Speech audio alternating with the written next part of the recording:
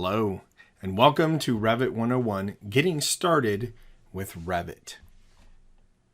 I'm going to give a quick introduction about myself. My name is Jeremy Weber. I'm a Senior Technical Specialist and have been an instructor with US CAD since 2015, specializing in Revit training and consultation focused on the AEC industry. For today's course, please note that all attendee microphones are muted and questions can be asked through our chat portal. So we'll do our best to spend a few minutes at the end of class today to address any common questions or issues. And then each of you can book individual time with me on Friday for office hours. That will allow you to talk to me one-on-one and follow up with any specific questions that you might have pertaining to what you need. Okay, so we're going to spend the next few hours going over the first two sections in our Revit 101 course. Okay, today is a getting started, so we're just going to cover some of the basics and some of the tools that are launch you into all the different parts of Revit in subsequent courses.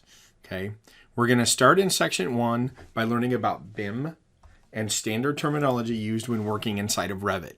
We're then going to learn how to use the Revit interface, how to start projects, how to save projects, go through some of those fundamentals, and finish the section by learning how to view and navigate the models in Revit. So really to get around and understand exactly what we're doing in there. In section 2, while it sounds like it's going to be a shorter section, we're going to learn about all the sketching and modifying elements inside of Revit. Okay, so everything we do today is going to be a starting point and a catalyst to get those basic skills to move on to those next sections. Okay, so let's start with the first section, and that is building information modeling and Revit. Okay, so building information modeling, a lot of you have probably heard this term.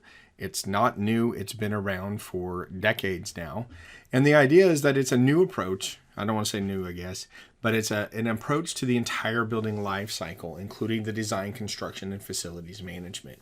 So rather than what we've done in the past where every bit and piece of the process is kind of segmented and where we conceptually design it, produce the documents, and hand it over all in different separate pieces, Revit allows us to start and finish that project completely inside of Revit and transition it over to somebody on the facilities management side who can then use that model to track everything inside their building, update information, keep track of their equipment, etc. There's a lot of information that's tied to it and a lot that you can pull out of that model.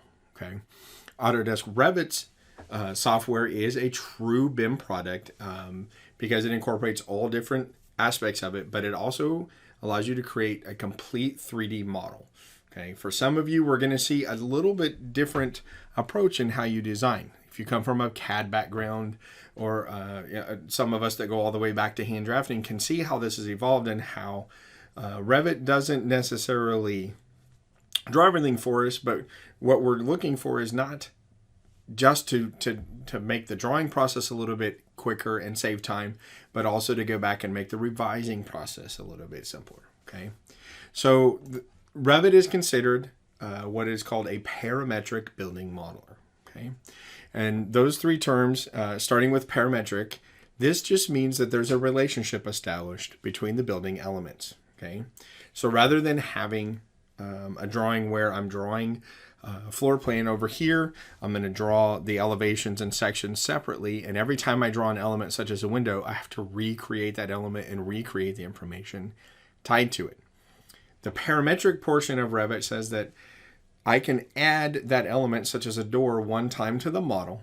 It's going to show and everywhere in the elevation section, and anytime that particular section of the model is referenced, and then it's added to schedules where we can populate it with information.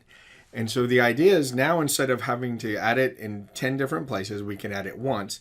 And when we have to go back and make those changes, we can change it in one location and it's going to update for us everywhere that it needs to. Okay, it's building related in that it is designed for, Revit is designed for working with buildings and surrounding landscapes and everything associated with the building. It's not generic like maybe AutoCAD or Inventor might be, where you can use those to draw and develop anything, machinery,